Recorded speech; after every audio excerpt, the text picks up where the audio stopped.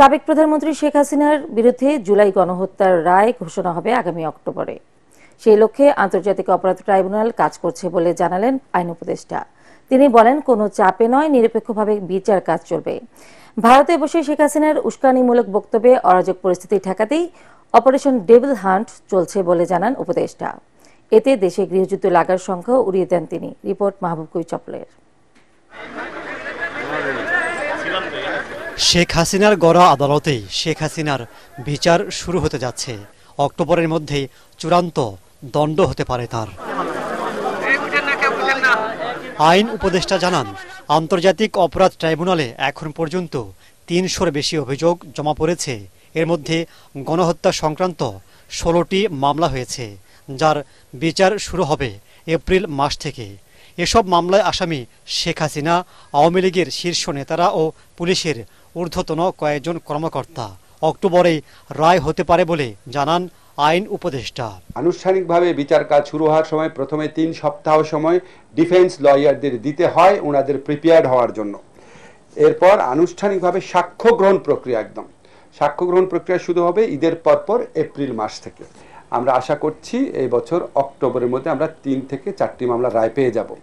এই সমস্ত মামলায় সাবেক প্রধানমন্ত্রী শেখ হাসিনা সহ আওয়ামী লীগের শীর্ষস্থানীয় নেতৃবৃন্দ এবং শীর্ষস্থানীয় কিছু পুলিশ এবং প্রশাসনিক কর্মকর্তা এই সমস্ত মামলায় আসামি হিসাবে রয়েছেন। তিনি আরও জানান, স্বচ্ছ প্রক্রিয়ায় চলবে বিচার কাজ। তবে ভারত শেখ হাসিনাকে ফেরত দেবে কিনা তা নিয়ে সন্দেহ পোষণ করেন তিনি। ওনারা হয়তো বলতে চেয়েছেন 1 মাসের মধ্যে কেন বিচার হলো না। সেটা হচ্ছে দ্রুত বিচার। আমরা প্রতিটি পদ্ধতি পুঙ্খানুপুঙ্খভাবে পরীক্ষা করে করছি। পলাতকের বিচারের বিধান রয়েছে, এটা তো সাধারণ খুনের ক্ষেত্রেও রয়েছে। আপনারা জানেন, কেউ পালিয়ে থাকলে কি তার বিচার হয় না? এখন আমরা তো আনার সর্বাত্মক চেষ্টা করছি। এখন ভারতের যে মনোভঙ্গি, এটা দেখে মনে হচ্ছে তারা এটা নানান অজুহাতে তারা এটাকে নাকচ করার চেষ্টা করবে। আসিফ নজরুল বলেন, ভারত থেকে শেখ হাসিনার উস্কানিমূলক বক্তব্যের কারণেই সারা দেশে অস্থিরতার সৃষ্টি হয়েছে, যা নিয়ন্ত্রণে চলছে অপারেশন ডেভিল হান্ট। গৃহযুদ্ধের যে আশঙ্কা ছড়ানো হচ্ছে তা উড়িয়ে দেন তিনি। উনি প্রধানমন্ত্রী থাকার সময় যেই কনফিডেন্স নিয়ে, যেই উদ্ধতভাবে বাংলাদেশের মানুষের সাথে কথা বলতেন, এক্স্যাক্টলি ওই টোনে তিনি কথা বলেছেন। এবং কথা বলার সাথে সাথে পুরা এই গণ অভ্যুত্থান, আমাদের যে যন্ত্রণার স্মৃতি, সেটাকে নিয়ে পরিহাস করেছেন। উনি বলেছেন যে এরকম এআই দিয়ে বানানো হয়েছে আবু সাইদের হত্যার দৃশ্য, বলেন এগুলি সহ্য করা যায়? তারপর মুগ্ধকে ছাত্ররাই গুলি করে মেরেছে। মিথ্যাচার, এবং সবাইকে উস্কানি দিয়েছেন, কার বাড়িতে আগুন দিতে হবে, কাকে উনি ছাড়বেন না, ইত্যাদি করবেন না। অনেস্টলি আমার কাছে অবাক লেগেছে, আল্লাহ কি এই মানুষটার মধ্যে মিনিমাম অপরাধ বোধ দেয় নাই? আপনার নিজের মনে হচ্ছে গৃহযুদ্ধমূলক অবস্থা, তাহলে তো আপনার চেহারা হাসি থাকতো না। চিন্তা করেন না এই সমস্ত কুৎসা। আমি সবসময় বলতাম, দেখেন আমি যখন এই সরকারে ছিলাম আমি বলতাম আওয়ামী লীগের 2টা অস্ত্র, একটা হচ্ছে মিথ্যাচার, একটা হচ্ছে নিপীড়ন। তিনি জানান, এ মাসের মধ্যে সাইবার সিকিউরিটি অ্যাক্টে ৩৯৩টি মামলা প্রত্যাহার করা হবে। আর আওয়ামী লীগের আমলের ১৬,৫০০ গায়েবী মামলা প্রত্যাহার করা হচ্ছে যাচাই বাছাই করে। সাইবার সিকিউরিটি আদালতে থাকবে না। মাহবুব কবির চপল, এটিএন বাংলা, ঢাকা।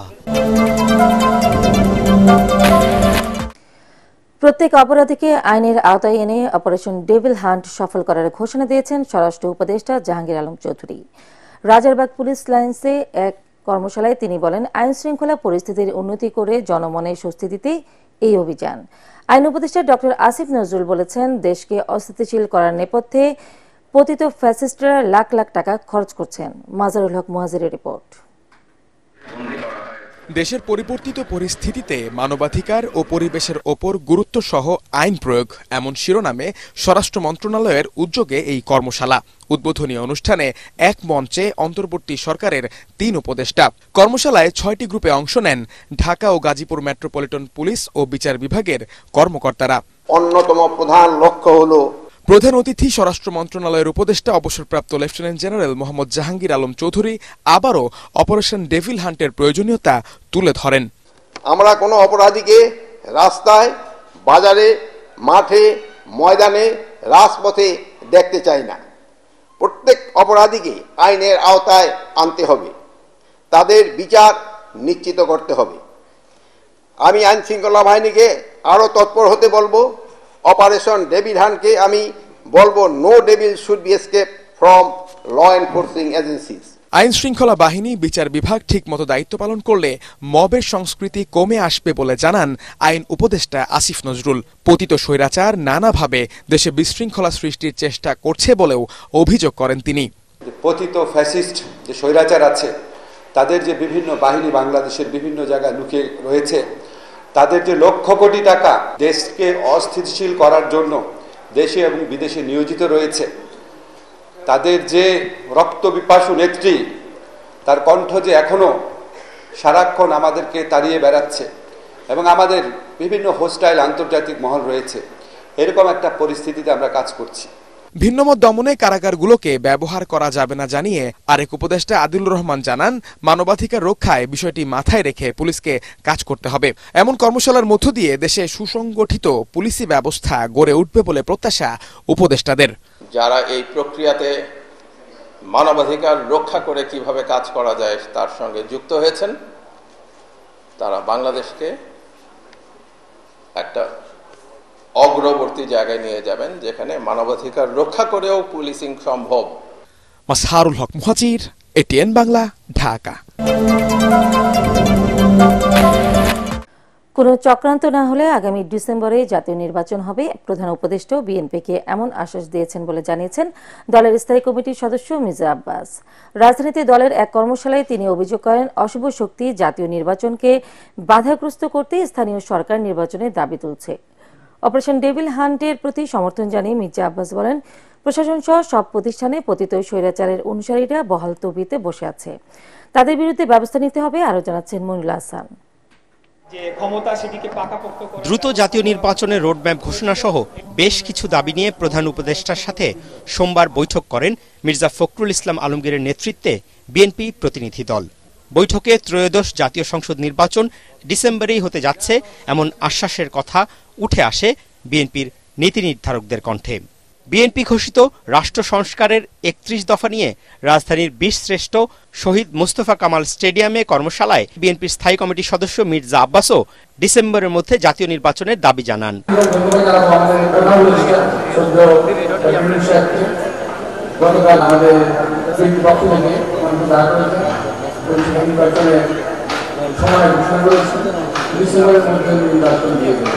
আমরা আশা করতে পারি, যদি কোনো কারো চক্রান্ত না থাকে তাহলে ইনশাআল্লাহ ডিসেম্বরের মধ্যে নির্বাচন হবে।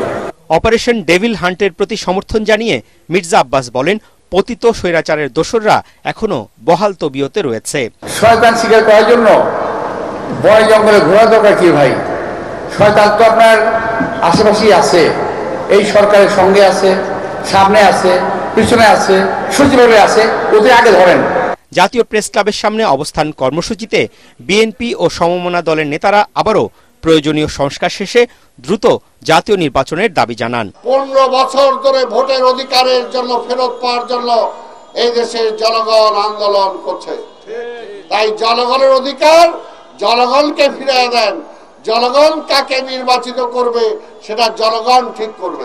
জুলাই গণ অভ্যুত্থানে শহীদ পরিবারকে সহায়তা ও আহতদের চিকিৎসা এবং পুনর্বাসনের দাবি জানান নেতারা। মইনুল হাসান, এটিএন বাংলা, ঢাকা।